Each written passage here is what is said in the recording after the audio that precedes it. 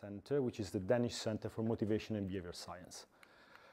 So, there is a lot of evidence out there saying that physical activity is impactful on physical and mental outcomes.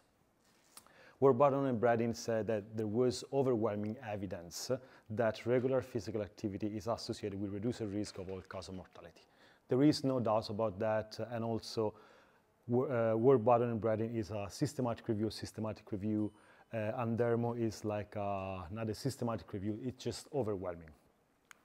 And we know that is helpful in cardiovascular disease, several forms of cancer, type 2 diabetes, and anxiety will be reason. We know that, okay, we already know that. We have plenty of evidence about that.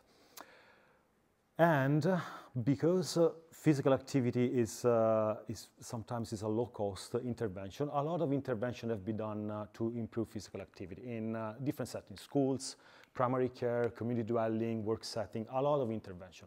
One problem, though, is that long-term change are seldom achieved. And this is like across most of the physical activity intervention. It's hard to keep people engaged in physical activity after the intervention. And with the researcher, you do your project, then the money is over, and then you start with a new project and you don't follow up. So researchers have been using follow-up techniques to keep people motivated to do physical activity after the end of the intervention. And there are several type of follow-up. We define that as a booster, okay, the one that you use in vaccines. And it's not a new term because it's been used in mental health research, in knee rehabilitation, and someone is presenting something about knee osteoarthritis later, and back pain management and cardiac rehabilitation. It's been used. A lot of the time, these terms booster in order to, as a follow-up technique. So within this context, we define booster as any form of support provided to participants after the end of an intervention in an attempt to maintain the effect of the intervention, like just vaccines, not different. So we have like 3 different research questions. This is an ongoing process, so I'm going to present some preliminary findings, and only research question number 1 because I didn't have time to extract all the data. So I'll spare you the method for time's sake. And so basically what we were looking at is we deliver a physical activity intervention in any kind of setting, and after the collection of the follow-up data, we deliver they deliver a booster, and we want to see the effect of the booster on physical activity levels, measured objectively. Most of the article measured that objectively with accelerometers. 15 studies, we still have 41 studies to go, but just to give you an idea. Theory, there have been like several theories that guided all the intervention. You can see that there are some clinical conditions.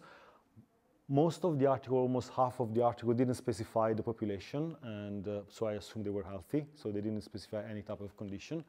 And regarding boosters, there were different type of boosters used. Postcards into articles, individual session, text messages, emails, phone calls, group-based activities. So all these were done after the end of the intervention to reinforce the content of the intervention. And the majority of the studies use between 1 and 5 booster sessions after the end of the intervention. It was like maybe 12 or 24 months they use these boosters. So I'll spare you the methodology for the meta-analysis, and this is what I got so far.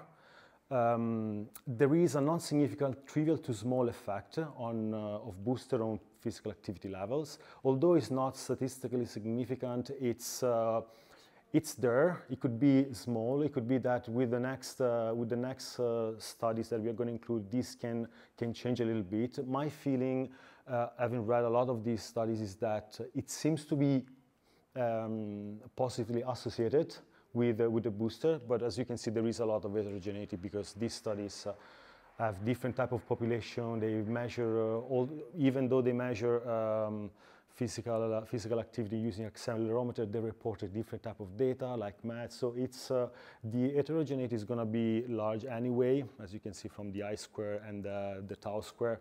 But I think this is like could be an interesting result in the future where I'm going to include all the studies. It seems that including booster session in physical activity intervention may help. And I know that most of the program, most of the intervention don't last more than the intervention itself, so it's difficult. Some key messages. Researchers tend to use more than one theory to inform the physical intervention, physical activity intervention. They tend to use fewer boosters, so maybe 2 or 1 or 2 or 5 contact after the end of the intervention. And it seems that booster may have a positive impact on physical activity levels after the intervention. Again, these are preliminary. I will finalize the analysis over the next few months. Thank you.